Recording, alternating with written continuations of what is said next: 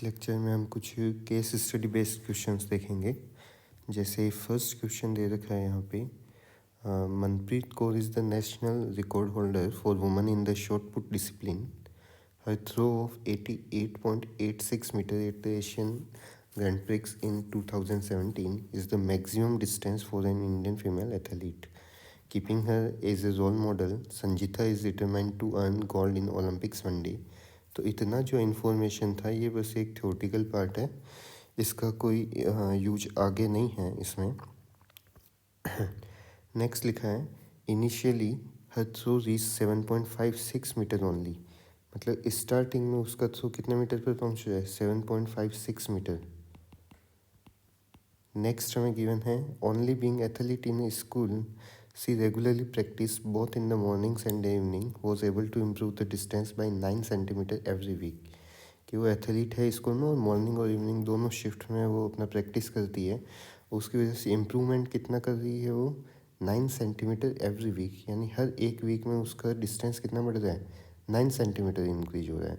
तो अगर मैं इसको ये कह लूँ कि फर्स्ट टर्म उसका ए है, A1 या फिर ए भी कह सकते, और कॉमन डिफरेंस उसका कितना होगा? हर वीक में 9 सेंटीमीटर इंक्रीज होने का मतलब D इक्वल्स टू 9 सेंटीमीटर। क्योंकि ये वाला यूनिट मीटर में है तो इसको भी मीटर में चेंज कर लो, तो 9 को 100 से डिवाइड करोगे तो ये बन जाएगा 0.09 मीटर। इसका मतलब देखो, फर्स्ट टर्म हो गया 7.56 मीटर, ये फर्स्ट वीक में जब उसने पहली बार थ्रो किया तब इनिशियली। आफ्टर 1 वीक तो सेकेंड टाइम क्या होगा? 7.56 में डी एड हो जाएगा 0.09, तो ये बन जाएगा 7.65 मीटर। नेक्स्ट A3 का वैल्यू क्या हो जाएगा? 7.65 प्लस 0.09, सेकेंड टर्म में डी एड हो जाएगा तो ये मिल जाएगा हमें 7.74 मीटर। इस टाइप से सारी टर्म्स निकाल सकते हैं। ये भी पता होना चाहिए यहाँ पे A1 मतलब ये है इनिशियली उसने कितना थ्रो किया। A2 का मीनिंग है आफ्टर 1 वीक। A3 का मतलब है आफ्टर 2 वीक्स।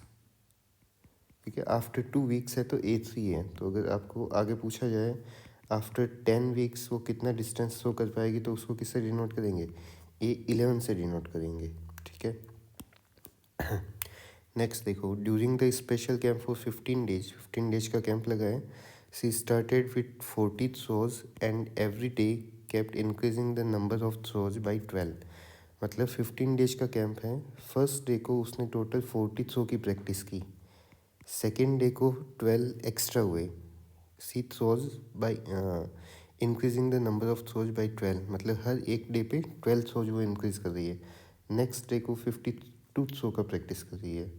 थर्ड डे को फिर 12 एक्स्ट्रा ऐड हुए तो 64 थ्रो का प्रैक्टिस कर रही है। तो ये भी एक तरीके से फिर से एक नया AP बन गया। तो 2 AP हैं तो इसको फिर हम कैपिटल ए से डिनोट कर लेंगे, तो ये A1 ये A2, इस टाइप से A3 आ जाएगा। इसमें कॉमन डिफरेंस कितना आ जाएगा? इन दोनों का माइनस करोगे तो 12। तो इसको भी लिख सकते हैं सेकेंड AP के लिए, let A1 is equals to 40, A2 is equals to, अच्छा इसके लिए D लिख लो पहले, common difference D is equals to 12, ये गिवन है। 12 इंक्रीज हो रहा है हर एक डे पे। तो फर्स्ट डे को तो ये है number of throws on first day. ठीक है।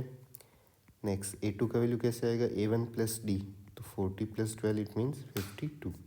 ये किसको डिनोट कर रहा है? Number of throws on second day. तो अगर ऐसे आपको अगर निकालना होता number of throws on seventh day, तो सेवन्थ डे को किससे डिनोट करते हैं? A7 से। A7 का मतलब हो जाता है A प्लस 6D, उसका वैल्यू आसानी से निकाल सकते हैं। ठीक है। फर्स्ट पार्ट में क्या पूछा है? How many throw Sanjeeta practice on the 11th day of the camp. इसका मतलब हमें क्या फाइंड करना है? A11 का वैल्यू फाइंड करना है फर्स्ट पार्ट में। तो ये बन जाएगा A प्लस 10D, D को भी कैपिटल D से रिप्रेजेंट कर लेंगे। तो A का वैल्यू है इसमें फर्स्ट टर्म 40 प्लस 10, D का वैल्यू हो गया 12, तो 40 प्लस 12 इंटू 10 120, इट मीन्स 160। तो ये तो फर्स्ट का आंसर हो गया। Next second part, What would be Sanjita's throw distance at the end of 6 weeks? 6 week का एंड होने पे वो कितना डिस्टेंस थ्रो कर लेगी? तो देखो ऊपर में हमने लिखा है आफ्टर 2 वीक्स A3 है, इसका मतलब हमें निकालना है आफ्टर 6 वीक्स। इसका मतलब टर्म कौन सी होगी उस AP की? सेवन्थ टर्म होगी A7, मीन्स A+6D। तो फर्स्ट टर्म A का वैल्यू है हमारे पास 7.56 प्लस 6 टाइम्स D का वैल्यू है 0.09। सो 7.56 प्लस 0.54, तो ये बन जाएगा 8.10 मीटर। ठीक है। नेक्स्ट और पार्ट में जो पूछा हुआ है, when will she be able to achieve a throw of 11.16 metre, कि 11.16 मीटर डिस्टेंस थ्रो करने में उसको कितना टाइम लगेगा या फिर कितने वीक्स लगेंगे। तो we suppose let after end of n weeks she throws 11.16 metre. ठीक है। तो देखो आफ्टर 6 वीक्स है तो हम यहाँ पे किसका वैल्यू फाइंड कर रहे हैं? A7 का, उससे एक ज़्यादा। इसका मतलब आफ्टर n वीक्स अगर लिखना है तो हम किसकी वैल्यू लिखेंगे? AN+1 की वैल्यू। तो AN+1 का फॉर्मूला क्या बनेगा? A प्लस, यहाँ पे होता है n-1, लेकिन यहाँ पे अभी n नहीं आएगा, अभी n के प्लेस पे क्या आएगा? n+1। सो n+1 - 1 इंटू डी। तो ये नेक्स्ट स्टेप में बन जाएगा। AN+1 की वैल्यू हमें दे रखी है 11.16, इक्वल में A प्लस, ये +1 - 1 कैंसिल, तो n इंटू डी। अब वैल्यूज पुट कर दो। 11.16 equals to 7.56 plus n times of D का वैल्यू है 0.09। 7.56 को माइनस कर दो लेफ्ट साइड में लाके, n इंटू 0.09 माइनस करोगे तो 6 - 6 0, 11 - 5 6, 10 - 7 3, इक्वल में n टाइम्स 0.09। n का वैल्यू फाइंड करना है, 0.09 को डिवाइड में भेज दो। दोनों में दो दो डिजिट्स के बाद पॉइंट है तो पॉइंट हट जाएगा, 360/9। इट मीन्स n का वैल्यू कितना आ जाएगा? 40। It means after 40 weeks he will attain the distance 11.40 days, sorry, after 40 days he will attain the distance 11.16 metre. ठीक है। Next third question, how many throws did she do during the entire camp of 15 days? पूरे 15 days में कितने throw कर पाएगी, total निकालना है। इसका मतलब फर्स्ट डे का throw plus second day plus third day, ऐसे कितने दिन का कैंप है? 15 डेज का कैंप है, इसका मतलब A15। तो ये एक तरीके से किसको डिनोट कर रहे हैं? S15 को। तो S15 के लिए हम फॉर्मूला यूज करेंगे n/2 twice of A plus n-1 into D. n का वैल्यू 15 है तो 15/2 ट्वाइस A का वैल्यू था 40 थ्रोज, कैपिटल A, सेकेंड वाला AP जो दे रखा था, n-1 that is 15 - 1 into D का वैल्यू 12 दे रखा था हमें। 12 इंक्रीज हो रहा है हर डे पे। 15/2, 2 इंटू 40 हो जाएगा 80, ये बनेगा 14 इंटू में 12। सो 15/2 80 प्लस 14 इंटू 12 168। सो 15/2 80 प्लस 168 हो जाएगा 248। अब 248 को 2 से डिवाइड कर लो तो ये बनेगा 124। 15 इंटू 124 1860। तो ये उसका टोटल 15 डेज का थ्रो आ गया कि उसने इतना प्रैक्टिस किया है। ठीक है। नेक्स्ट क्वेश्चन देखो 37। The top of a table is shown in the figure given below. तो कितनी साइड्स दे रखी है देखो, रेगुलर ऑक्टागन लग रहा है, 1 2 3 4 5 6 7 एंड 8। तो रेगुलर ऑक्टागन इसने नीचे बना भी रखा है, तो हमें उससे ज़्यादा मीनिंग नहीं था। इसमें भी देखोगे डायग्राम में ये तुम्हें एक्स वाई एक्सिस दिखाई दे रहा है, ये वाला एक्स एक्सिस यहाँ पे ओरिजिन है, ये इस पॉइंट पे ओरिजिन है। ठीक है। इसका मतलब हम हर एक का वैल्यू फाइंड कर सकते हैं, हर एक का कोऑर्डिनेट फाइंड कर सकते हैं। फर्स्ट पार्ट में पूछा है find the distance between points A and B. तो डिस्टेंस फाइंड करने के लिए पहले तुम्हारे पास पॉइंट ए और बी होने चाहिए।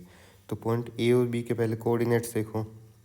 पॉइंट ए है इस प्लेस पे, तो नीचे एक्स एक्सिस पे देखोगे तो ये वाला है 1 यूनिट, और इधर वाई एक्सिस पे अगर काउंट करो तो 1 2 3 4 5 6 7 8 9, ये लिख लेते हैं 10 11 12 13।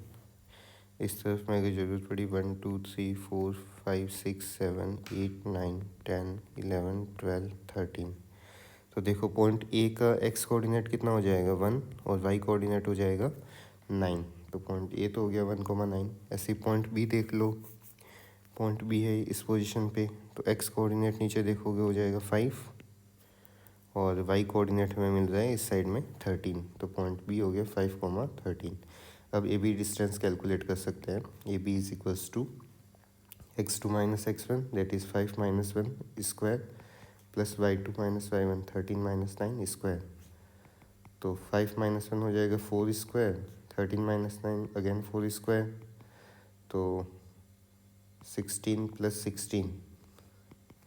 इसको डायरेक्ट ऐसे भी लिख सकते हैं, 2 इंटू 16 लिख सकते हैं। 16 प्लस 16 को 16 का स्क्वायर रूट बाहर आ गया तो 4√2 यूनिट। तो ये हो गया फर्स्ट का आंसर। सेकंड क्या पूछा है देखो, write the coordinates of the mid point of the line segment joining M and Q. तो पहले एम और क्यू हमें चाहिए, और उनका जो मिड पॉइंट होगा उसको जैसे हम टी सपोज कर लेते हैं 1:1 में डिवाइड कर रहे हैं। तो पहले एम और क्यू के कोऑर्डिनेट्स लिखो। पॉइंट क्यू ये रहा इस जगह पे, तो क्यू के कोऑर्डिनेट्स बनेंगे, एक्स कोऑर्डिनेट देखो नीचे में 9 है, और वाई कोऑर्डिनेट है 3, सो 9,3। पॉइंट एम ऊपर में है बी के जस्ट नीचे। पॉइंट एम का एक्स कोऑर्डिनेट है 5, वाई कोऑर्डिनेट है 11, सो 5,11। अब मिड पॉइंट निकालना है। मिड पॉइंट के कोऑर्डिनेट एक्स कोमा वाई मान लेते हैं। तो एक्स का फॉर्मूला होता है हमारा x1 plus x2/2। So 5 plus 9/2 it means 14/2 हो जाएगा 7, और y मिलेगा y1 plus y2/2 that is 11 plus 3/2, so 14/2 again 7। तो पॉइंट टी हमारे पास जो मिड पॉइंट था उसका कोऑर्डिनेट्स कितना आ गया 7,7। ठीक है, next third part. If G is taken as the origin, कि अगर जी को अगर ओरिजिन सपोज कर लेते and X and Y axis put along G F and G B, तो अभी जिस फॉर्म में ये कह रहा है उसके हिसाब से अगर पॉइंट जी को हमने ओरिजिन सपोज कर लिया होता, और जी एफ के अलोंग हम एक्स एक्सिस ले लेते, और जी बी के अलोंग कह रहा है कि अगर वाई एक्सिस ले लेते इस टाइप से, देन क्या चेक करना है, then find the point denoted by the coordinates 4,2। तब 4,2 वाला पॉइंट कौन सा होगा वो हमें फाइंड करना है। तो पहले वाले हम कोऑर्डिनेट्स हटा लेते हैं क्योंकि अब उनका मीनिंग नहीं रहा। ठीक है,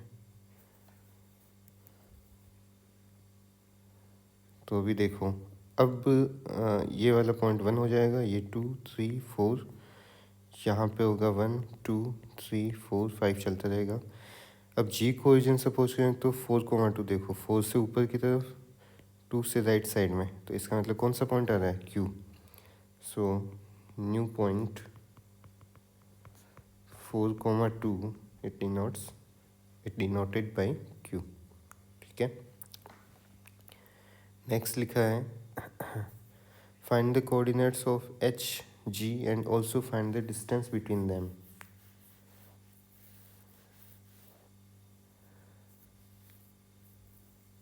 तो एच ओ जी हमें फाइंड करना है, उसके बाद में उनका डिस्टेंस फाइंड करना है।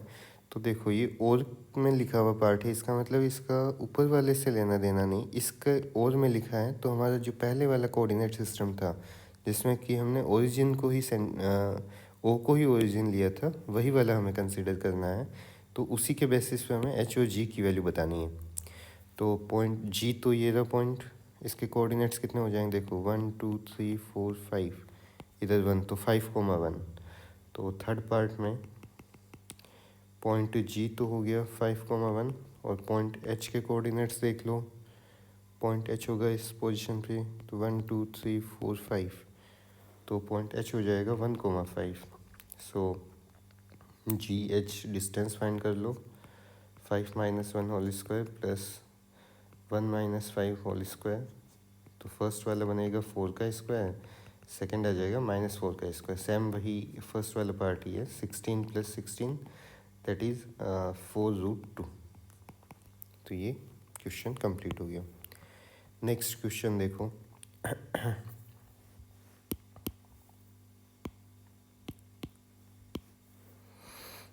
क्वेश्चन नंबर 38 जो लिखा हुआ है, A person observe on the sea coast observe two ships in the sea. Both the ships are in the same straight path, one behind the other. ये शिप ए है, यहाँ पे शिप बी दे रखा है, दोनों एक ही पाथ पे एक दूसरे के पीछे हैं, ये बोल रखा है one behind the other. If the observer on this building, observer यहाँ पॉइंट ओ के ऊपर खड़ा है बिल्डिंग के ऊपर, ऑफ हाइट 20 मीटर्स, ये हाइट कितना दे रखा है, पूरा 20 मीटर दे रखा है, इंक्लूडिंग ऑब्जर्वर, ऑब्जर्वर की हाइट के साथ में। ठीक है, ऑब्जर्वर की भी कुछ हाइट है, फिर बिल्डिंग की भी कुछ हाइट है, टोटल मिला के बोल रहा है कि 20 मीटर है।